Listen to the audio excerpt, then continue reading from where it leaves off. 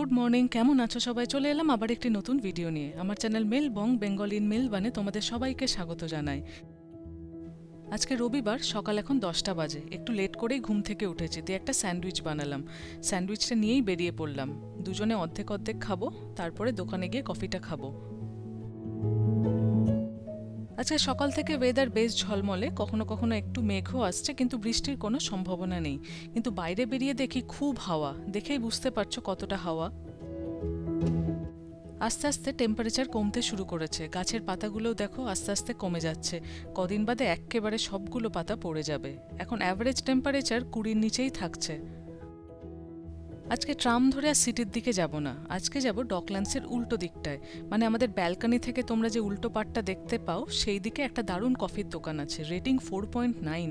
যাই গিয়ে দেখি সেখানটা কেমন লাগে কফি খেয়ে। যখন রাস্তা দিয়ে হাঁটছিলাম খুব হাওয়া লাগছিল, এই জলের ধারে এসে বেশ কম লাগছে হাওয়াটা। এই বিল্ডিংটা গার্ড করে দিয়েছে, সেই জন্য কম লাগছে। আজকেও দেখছি দুজন মাছ ধরছেন। এই সময়টা কি মাছ পাওয়া যায় জানি না, কিন্তু অনেক সময় দেখা যায় লোকজন এই ডকল্যান্ডসে বসে মাছ ধরেন। এখন আমরা ওয়েব ব্রিজের উপর দিয়ে হাঁটছি। নদীর দুপাশটা দেখতে এত সুন্দর লাগে এই ওয়েব ব্রিজ থেকে। যতবারই যায় না কেন মনে হয় যেন ক্যামেরা দিয়ে একটু ছবি তুলে তোমাদের দেখায়। দারুণ লাগে। খুব শান্ত শিষ্ট একটা পরিবেশ। সবাই দেখো কীরকম আস্তে আস্তে হাঁটছে, সব কিছুই যেন আরাম করে করে। আমরা ওয়েব ব্রিজ দিয়ে পার হয়ে গেলাম, এপাশটায় চলে এসেছি। এপাশে আমরা খুব একটা আসি না, কখনো কখনো হয়তো হাঁটতে এলাম। আজকেই প্রথমবার কফি খেতে এলাম এই 2 বছরে।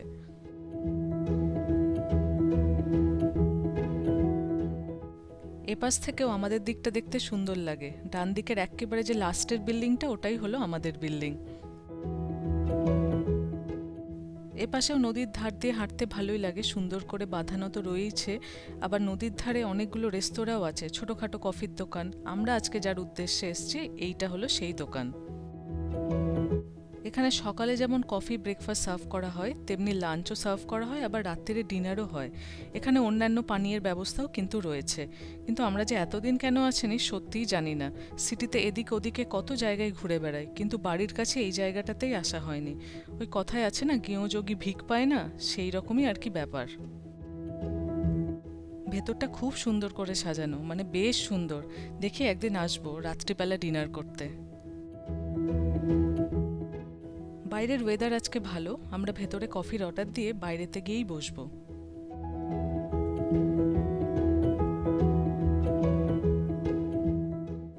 বাইরে অনেক টেবিল, আমরা একটা টেবিলে বসে পড়েছি। সেখানে বসে দেখো চারপাশটা কি সুন্দর লাগছে না দেখতে। আমাদের খোসাও চলে আসছে, যদিও এটা এখন খুব পপুলার প্রসান্ত বলে। তো যাই হোক, এই দোকানে তো দাম দেখলাম খুবই কম, $5। কিন্তু জেনারেলি সিটিতে অন্যান্য দোকানে খেলে $6.5 দাম হয়েই যায়। এটা যেহেতু ডকল্যান্ডসে, সেই জন্য হয়তো দামটা কম, বাট অন্য জিনিসের দামও কম। কফির দাম কত নিল? কফির দামও খুব একটা বেশি না, $6 মতো নিল। $6 মানে 6-6-12, আর এটা 5 5। 17। হ্যাঁ, আর 7-এর উপর একটু চার্জ নিল। সারচার্জ আজকে সানডে বলে। এখানে উইকেন্ডে আবার সারচার্জ হয়, ডিপেন্ড করে কোন দোকান কতটা সারচার্জ নেয়। তো সব মিলিয়ে $17।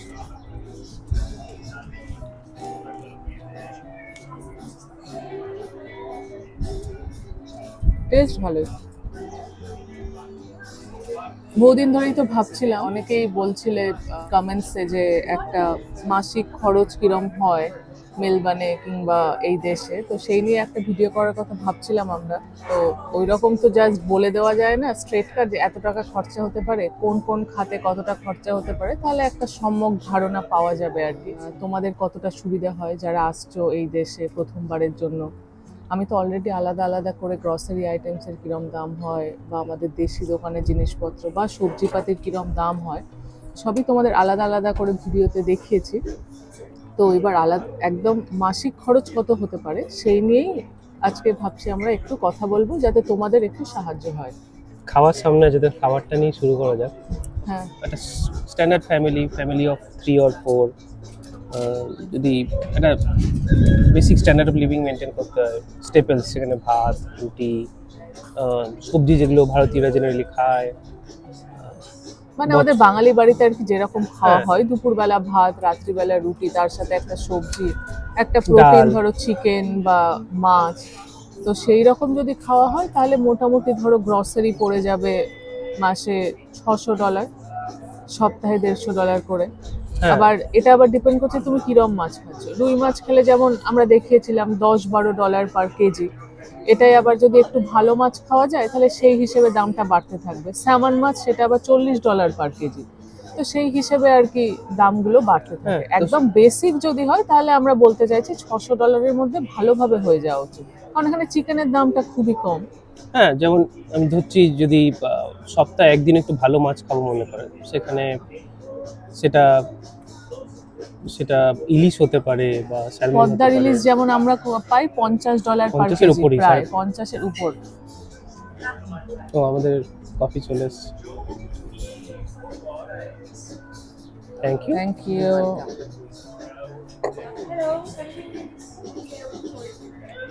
হ্যাঁ, তো সেখানে যদি 500 গ্রামও লাগে, তো সেখানে না, ওরকম করে তো 500 গ্রাম ওরা বিক্রি করে না, নিলে গোটা মাছই নিতে হয়। আমরা হ্যাঁ। যতবারই নিয়েছি গোটা মাছ আমাদের প্রায় $90 থেকে $100 ঠিক। উপরই পড়েছে। মানে ইলিশ এবার যেরকম সেটাকে তুমি ডিপ ফ্রিজে রেখে বা ফ্রিজারে রেখে কতদিন খেতে পারবে সেটা হলো ব্যাপার, কিন্তু একবার কিনতে গেলে তোমার $100 খরচা হয়েই যায় মোটামুটি, কারণ এখানে তো মাছগুলো অনেক বড় আসে, 1.5 কেজি 2.5 কেজি সেই রকম আর কি। আর যদি স্যালমন খেতে চায় কিংবা বারামুন্ডি, সেগুলো লোকাল সুপার মার্কেটে ইভেন বাই পিস বা স্ট্যান্ডার্ড ওয়েটেও পাওয়া যায়। হ্যাঁ, তা পাওয়া যায়। এছাড়া বাইরে খাওয়ার একটা খরচা এখানে বলবো ভালোই আছে। যেরকম এই কফিটা আমরা খাচ্ছি, কফি যেটা বলছিল $5.5-6 এখন খুবই কমন। উইকেন্ডে খেলে আবার 10-20% সারচার্জ। তো আর এই যে ক্রোসা খাচ্ছি, ক্রোসা আমাদের মোটামুটি $6-7 লেগেই যায় একটু স্ট্যান্ডার্ড দোকানে খেতে। তো ভালোই খরচা পড়ে বাইরে খেতে। তো যদি সপ্তাহে একদিনও বাইরে খাওয়া যায়, ধরে নিচ্ছি আমরা কোনো একটা ভারতীয় দোকানে বা ইটালিয়ান বা গ্রিক দোকানের স্ট্যান্ডার্ড মিল ফর $250 পড়েই যাবে। হুম। এটা আমরা একটা স্ট্যান্ডার্ড রেস্টুরেন্ট বলছি। আবার তার সাথে যদি ড্রিঙ্কস না হয় সেটার দাম তো অন্য, কিন্তু নর্মাল শুধু খাবার নিতে গেলে $50 পড়েই যায়। হুম। তো সেই হিসাবে এগাতে হবে। আবার অনেক সময় কেউ যদি অফিস যায়, অফিসে গিয়ে অনেক সময় যদি খাবার ক্যারি না করা হয়, বাইরে তাহলে বাইরে খেতে হয়। খাওয়ার একটা ব্যাপার থাকে। তো সেখানে এখনকার যা পরিস্থিতি, তাতে বাইরে খাওয়া $15-16 নিচে করা খুব মুশকিল। যদি না খুব হয়তো ওই ম্যাকডোনাল্ডস থেকে স্যান্ডউইচ খাওয়া যায়, নাহলে একটা স্ট্যান্ডার্ড একটা ইন্ডিয়ান থালি বা যে কোনো একটা চাইনিজ সেট $17 পড়েই যায়। বেশি হবে। হ্যাঁ, তার সাথে অফিসে গেলে অনেকজনে একটা কফি খায় বাইরে। তো বাইরে খাওয়ার খরচাটা কন্ট্রোলে রাখা যাবে, কিন্তু ভালোই খরচা পড়বে আমার মনে হয়। যদি তোমরা তো দেখো, আমি যখন অফিসে আমি তো খাবার ক্যারি করি, আর সপ্তাহে তো 1-2বারই বাইরে কফি খাওয়া হয়। ওরকম নিয়ম করে যে প্রত্যেক অফিস যাচ্ছে, প্রত্যেক দিন অফিস যাচ্ছি বলে বাইরে থেকে কফি খাবো না, আমি তো সেটা করি না। কারণ আমাদের অফিসে কফির ব্যবস্থা আছে, আমি সেখান থেকেই খেয়ে নিই। আর এক একদিন বাইরে খুব ইচ্ছে হলে তখন বাইরে খাই, কিন্তু উইকেন্ডে যেমন আমরা 2-4 কাপ কফি বাইরে খেয়েই নিই ঘুরতে বেরিয়ে। তো ওই আর কি, সেইভাবে আমাদের খরচাটা আমরা চেষ্টা করি কিছুটা কন্ট্রোল করার, যদিও খুব একটা হয় না। হ্যাঁ, তো মনে রাখতে হবে বাইরে একবার প্রতিবার যদি ডিনার বা লাঞ্চ একসঙ্গে করা যায়, $50 প্লাস খরচা হবেই। আর এমনি খেতলে প্রায় $20 কাছাকাছি খরচা হবেই। তো ওইগুলো অ্যাড করলে আমার মনে হয় বেস লাইন 600 হওয়া উচিত। 600-র হ্যাঁ। পরে পুরোটাই নিজের কন্ট্রোলের ওপর। তাও 600-র নিচেও কিন্তু বহু লোক করতে পারেন। হ্যাঁ। মানে যারা অনেক দোকান টোকান আছে যেখানে হয়তো তোমার চালের দাম 5 কেজি চালের দাম $12-এও পাওয়া যায়, তো সেখান থেকে নিয়ে বা চিকেন বা মাছ ভালো খেয়েও কিন্তু এখানে কম টাকায় থাকা যায়, যদি না খুব ভালো দামি জিনিস খাওয়া যায়। দামি মানেই যে সেটা সবসময় টেস্টি হবে তার তো কোনো মানে নেই। রোজ মাছের ঝোল ভাত খেলেও কিন্তু অনেক কমেই সারা যায়। আর এখানে ডিম খেলে বা আমরা যেরকম বাড়িতে খাই আর কি, সেই। এখানে চিকেনের দাম খুবই কম। তো চিকেনের দাম কম বেশি বলাটা মানে তোমার ধরো শুধু ড্রামস্টিক, মানে আমরা যেটাকে লেগ পিস বলি আর কি, সেটা যেমন তুমি $4 পার কেজিতে পাবে। ওটাই আবার যদি বোনলেস ব্রেস্ট পিসেস হয় কিংবা বোনলেস থাই পিসেস হয় তার দাম আবার বেশি হতে থাকে, তখন $10-11ও হতে পারে পার কেজি। $10 পাওয়া যায় না, সেটা প্রায় $13-14 হ্যাঁ, পাওয়া যায়। তো আমরা তো যেমন কারি বানালে কখনো ধরো লেগ পিস দিয়ে কারি বানাই, যেহেতু আমরা ছোটবেলা থেকে লেগ পিসের প্রতি একটা ভালোবাসা থাকে, তো সেক্ষেত্রে ধরো $4 তোমার হয়ে যাবে, মানে তোমার দুবার খাওয়া হয়ে যাবে দুজনের 1 কেজি কিনলেই। তো সেইভাবেই আর কি কস্ট কন্ট্রোলটাও করতে হবে। অনেক টপিক হওয়া যেতে পারে আমার মনে হয় রেন্ট, যেটা সিংহভাগ পুরো খরচা। সিটিতে যদি থাকা যায়, সিটি বা সিটির 5 কিলোমিটারের মধ্যে, মানে ইনার সাবাব যেটাকে বলে এখানে কমনলি, আমার মনে হয় 1 বেড 550 নিচে এখন পাওয়া নেট। হ্যাঁ, আমাদের চেনাশোনা যারাই আছে তাদের 500-550 উপরেই সবার ভাড়া 1 BHK নিলে। 2 BHK নিলে ভাড়াটা ওর থেকেও বেশি। 750 এন্ড অ্যাবাভ। হ্যাঁ, আবার এই যে তোমার 550 ভাড়া, এটা যদি সাবার্বে চলে যাওয়া যায় তাহলে কিন্তু এই 550 টাকায় তুমি একটা 4 BHK বাড়ি পেতে পারো। সেক্ষেত্রে তোমার অফিস হয়তো ট্রেনে আসতে সময় লাগবে 8 ঘন্টা 45 মিনিট, ডোর টু ডোর 1 ঘন্টা হয়তো লাগবে অফিস থেকে বাড়ি।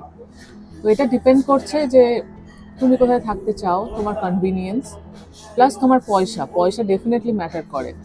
সবার পরিস্থিতি একরকম হয় না, তো সেক্ষেত্রে কারো যদি ফ্যামিলি বড় হয় তার তো আর 1 BHK তে হবে না, কিন্তু তার পক্ষে হয়তো 550 বেশি দেওয়াও সম্ভব নয়। সেক্ষেত্রে তার হয়তো সিটিতে থাকা সম্ভব হবে না, প্রথম থেকেই সাবার্বে থাকতে হবে। অনেকেই আছেন যারা প্রথম থেকে সাবার্বেই থাকেন।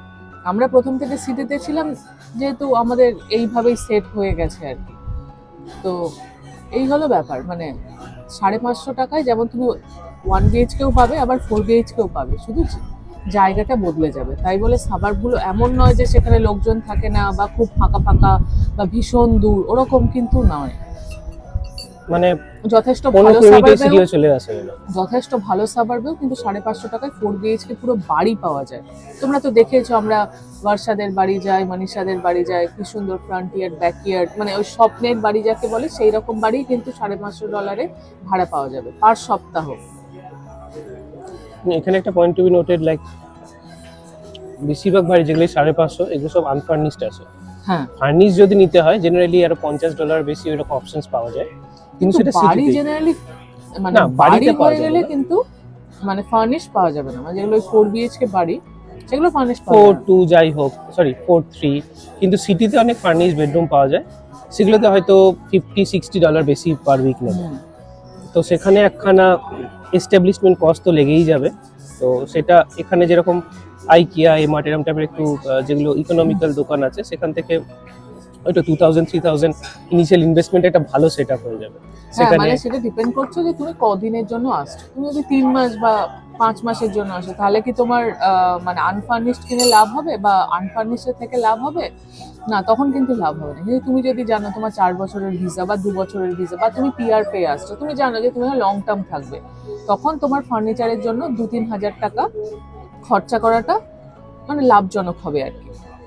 তাহলে তুমি তোমার পছন্দ মতো জিনিসপত্র পেয়ে যাবে, কারণ অনেক সময় ফার্নিশড অ্যাপার্টমেন্টেও জিনিসপত্র হয়তো তোমার খুব একটা পছন্দ মতো হবে না, তুমি হয়তো একটু ভালো করে থাকতে চাইছো।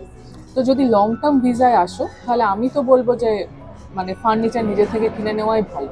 তুমি যখন মুভ করবে তখন তুমি তোমার ফার্নিচার নিয়ে মুভ করে যেতে পারবে। নেক্সট বিগ খরচা আমার মনে হয় যেটা স্ট্যান্ডার্ড ইউটিলিটিস। হ্যাঁ, ইউটিলিটিস আমার মনে হয় একটা ভারতীয়রা এখানে এসে, যেরকম আমি প্রথমে শুরু করি মোবাইল ফোন দিয়ে, তো একটা স্ট্যান্ডার্ড ডেটা লাগে রাস্তাঘাটে ঘুরতে, যেটা তারপর এখানে তো সব প্ল্যানই মোটামুটি লোকাল ফোন ফ্রি, সবাই জেনারেলি ইন্ডিয়ান কল নিয়েই নেয়। হ্যাঁ, আমাদের যেরকম আর কি বাড়িতে কথা বলার একটা ব্যাপার থাকে, তো ইন্ডিয়ার কল আমরা মানে যত খুশি কল করা যায় সেরকমই নিই, কোনো মানে মিনিটস বাধা থাকে না। যদিও আজকাল বেশিরভাগই ভিডিও কলেই কথা বলা হয়, হোয়াটসঅ্যাপ কিংবা ফেস টাইম, বাট অনেকে আত্মীয় স্বজন থাকে তো যাদের হয়তো এখনো স্মার্টফোন নেই। যেমন আমার জেঠুরই স্মার্টফোন নেই, তখন তো আমাকে এমনি মানে মোবাইল থেকেই ফোন করতে হয়, সেখানে হোয়াটসঅ্যাপ কিংবা ফেস টাইম তো হয় না। তো সেই তো হিসেবে সেখানে দেখতে গেলে $30 $30 পার কানেকশন ধরে রাখাই উচিত। পার কানেকশন 1 মাসে খরচা হতে পারে। হবেই প্রায়, হ্যাঁ। ধরে নিচ্ছি। আর তারপরে আসে ইন্টারনেট বিল। তো বেশিরভাগ মানুষেরই আজকে ওয়ার্ক ফ্রম হোম, তো বাড়িতে বাড়িতে ইন্টারনেট তো লাগে। ওয়াইফাই লাগবে। হ্যাঁ, তো তাতে মোটামুটি $80 লাগবেই। $80 পার মান্থ হিসাবে এগানো উচিত। আচ্ছা, ইলেকট্রিসিটি আর গ্যাস কানেকশন এখানে অনেক সময় সিটিতে থাকলে গ্যাস নাও থাকতে পারে। যদি থাকে তো সিটিতে comparatively electricity, gas, hot water অনেক জায়গায় থাকে, আলাদা করে হট ওয়াটার কানেকশন থাকে, বা অনেকজনের ইউনিটের মধ্যেই হট ওয়াটারের মেশিন বসানো থাকে। তো এই সব মিলিয়ে আমার মনে হয় $120-30 ধরে রাখা উচিত। কিন্তু এই ইলেকট্রিসিটি আর গ্যাসের কানেকশনটা যখন সাবার্বে মুভ হবে অনেকটাই বেড়ে যাবে। তার একটা বড় কারণ হলো হিটিং, বোথ ওয়াটার অ্যান্ড অনেক সময় যে হিটিং, বাড়ির যে হিটিং থাকে ওটা ইলেকট্রিসিটি বা গ্যাসে কানেক্ট করা থাকে, তো তার জন্য একটা বড় চার্জ আসে। তো সেইটা এখানে তো শীতকালে ভীষণই ঠান্ডা, তো সেক্ষেত্রে তো তোমার মানে সকালে ঘুম থেকে উঠেই বাড়িটা গরম রাখতে হবে, রাত্রে শুতে যাওয়া অবধি বা রাত্রে সারা রাতে তোমার বাড়ি গরম থাকবে। তো এক্ষেত্রে অনেকের বাড়িতেই ওই গরম করার ব্যাপারটা গ্যাস দিয়ে হয়। যখন গ্যাস দিয়ে হয় তখন গ্যাসের বিল ভীষণ বেশি হয়। তো এটাই আর কি ব্যাপার, মানে সিটিতে এই ধাক্কাটা কম, কিন্তু যখনই সাবার্বে যাওয়া যায় এই ধাক্কাটা একটু বেশি লাগে। হ্যাঁ, তো এইটাও মনে হয় আমি যেমন দেখেছি 3 মাসে প্রায় $1000 ধরে রাখা হয়েছে। হ্যাঁ, ঠিক আছে, 3 হয়তো মাসে কমানো যেতে 1000। পারে বিভিন্ন রকম জিনিস খেয়াল করে, কিন্তু আমরা যেটা দেখেছি বন্ধু বান্ধবদের 3 মাসে $1000 ধরে রাখা উচিত হ্যাঁ। গ্যাস ইলেকট্রিসিটি মিলিয়ে। গ্যাস। যদি সাবার্বে থাকা হয়, যদি একটু কি আছে আজকে?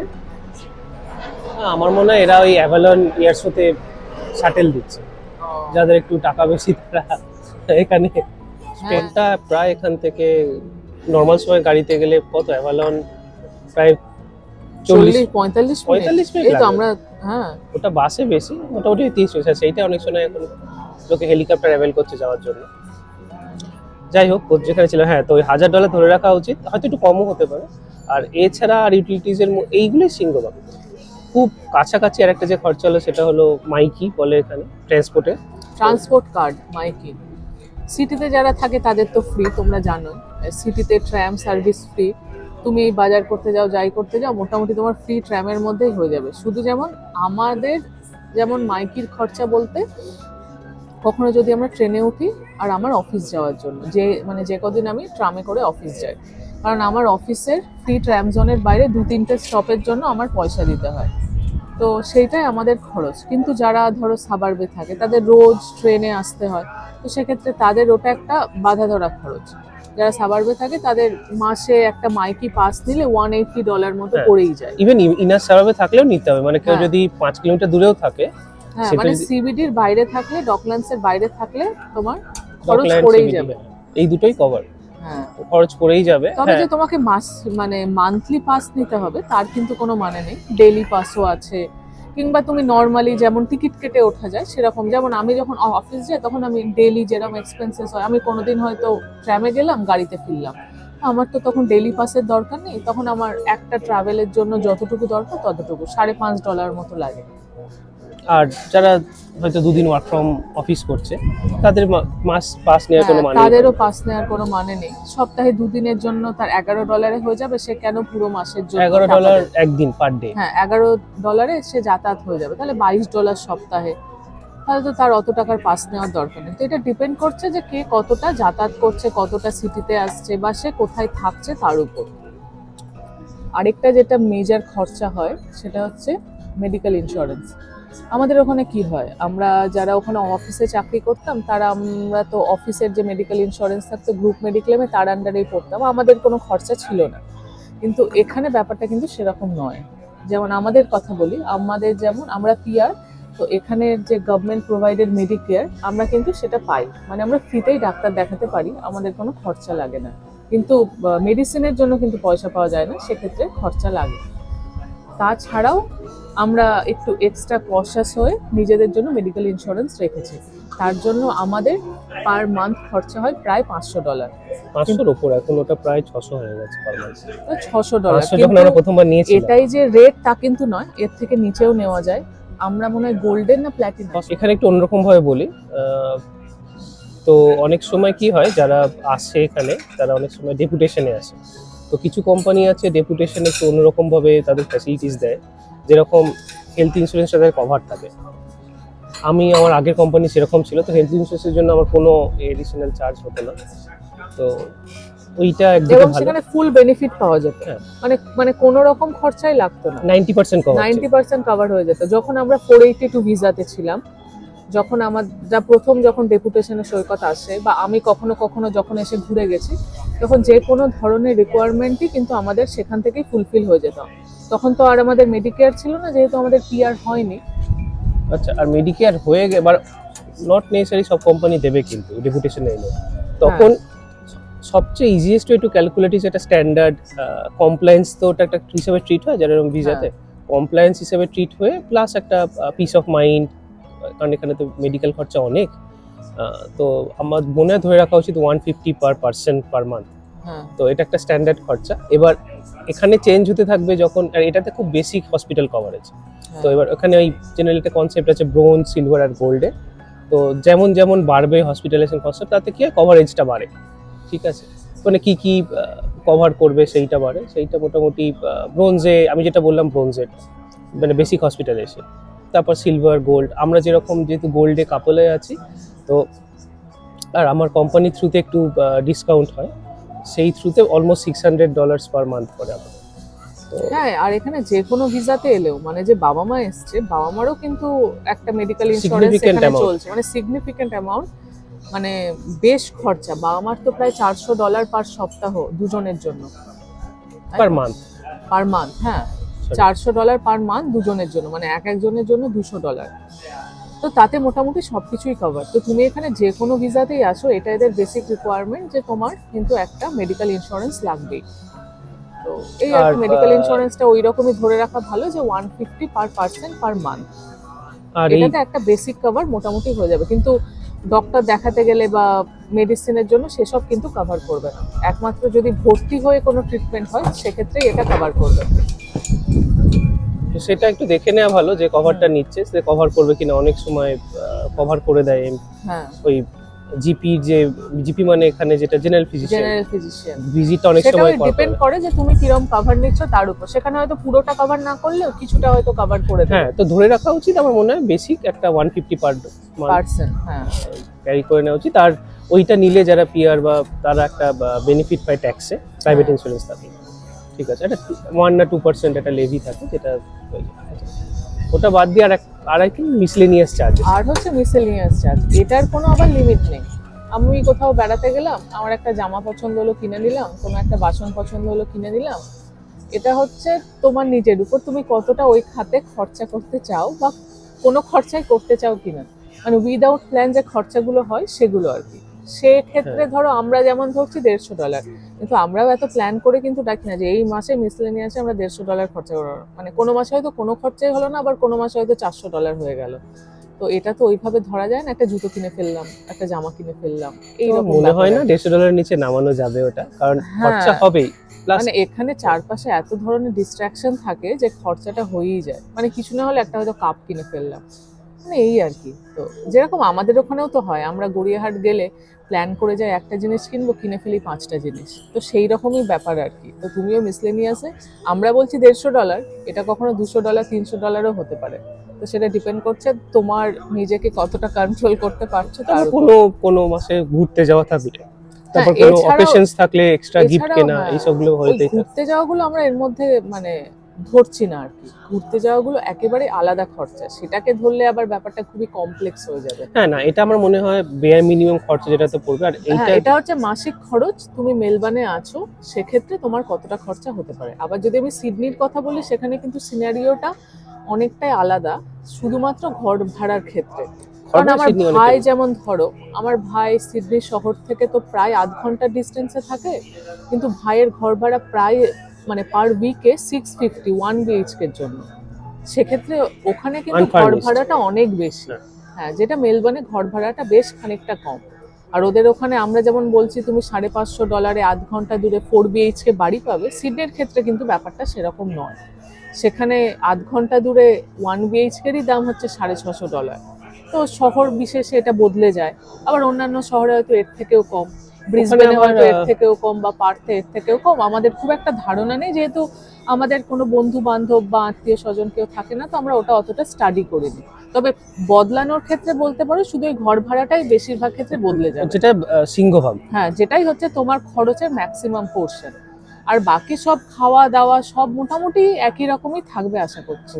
তো ওভারঅল টোটাল আমার মনে হয় সব নিয়ে যেগুলো কথা বললাম, যেটা মোটামুটি মানে ফ্যামিলি অফ 2 যদি একটা 1 2 to BHK 3 2 to 3 একটা যদি 1 BHK তে থাকে, তাহলে ধরো তার খরচা ওই $3,500 থেকে শুরু করে 3,800-র মধ্যে করা যাবে। 3,800-র মধ্যে হয়ে যাওয়া উচিত। তবে পয়েন্ট টু বি নোটেড, যদি একটা বাচ্চা থাকে এখানে অনেক সময় আরো আনুষঙ্গিক খরচা হয়। হ্যাঁ, যদি আবার আমরা ওই- বাচ্চা থাকে সেক্ষেত্রে আমরা সেগুলো যেমন ধরলাম না এখানে। একটা বাচ্চা থাকলে তাকে যদি ডে কেয়ারে পাঠাতে হয় সেখানে কিন্তু ডেইলি একটা ভালো খরচা হয়ে যায়। সেটাও ডিপেন্ড করে ফ্যামিলি ইনকামের উপর, কারণ এখানে আবার গভর্নমেন্টের একটা সাবসিডির ব্যাপার থাকে। যার ফ্যামিলি ইনকাম যত, তার উপর বিশেষ করে গভর্নমেন্ট সাবসিডি দেয় ওই চাইল্ড কেয়ারের জন্য। আমি এটা বলতে চাই মোটামুটি কিন্তু তার একটা সিগনিফিক্যান্ট ডেইলি খরচা আছে, $100 উপরেই সেটা হবে। হুম, বা যদি বাচ্চাকে মেডিকেয়ারে রাখা যায়, অনেকেই হয় যারা বাচ্চাকে মেডিকেয়ারে রাখেন না, মেডিকেয়ার না। সরি, অনেকেই আছে যারা বাচ্চাকে চাইল্ড কেয়ারে রাখেন না, বাড়িতে রেখেই মানুষ করেন, সেরকমও লোক বহু আছেন। তো সেক্ষেত্রে তাদের কোনো খরচা লাগে না, কিন্তু ম্যাক্সিমাম ক্ষেত্রে যা দেখা যায় যে লোকজন চাইল্ড কেয়ারে বাচ্চাকে পাঠান। তো যেমন দুজন ওয়ার্কিং হলে তো রাখতেই হবে। দুজন ওয়ার্কিং হলে তো সেক্ষেত্রে রাখতেই হবে, কোনো প্রশ্নই নেই। কিন্তু অনেক ক্ষেত্রে যদি একজন বাড়িতে থাকেন তাহলে হয়তো বাচ্চাকে পাঠালেন না, বা 2 দিন পাঠালেন বা 3 দিন পাঠালেন, সেক্ষেত্রে খরচাটা সেইভাবে ভ্যারি করবে। তো এটাই আর কি ফাইনালি আমরা বলতে চাই যে হ্যাঁ, যদি 1 BHK অ্যাপার্টমেন্টে থাকা যায় সিটিতে, তাহলে $3,500 থেকে $3,800 মধ্যে পার মান্থ দুজন কিংবা একটা বাচ্চা হলে ভালোভাবেই থাকতে তিনজন পারবে। ভালোভাবে থাকতে পারবে। মানে তো- খুব একটা কম্প্রোমাইজ না করে। না, হ্যাঁ, খুব একটা কম্প্রোমাইজ না করে, এই আর কি।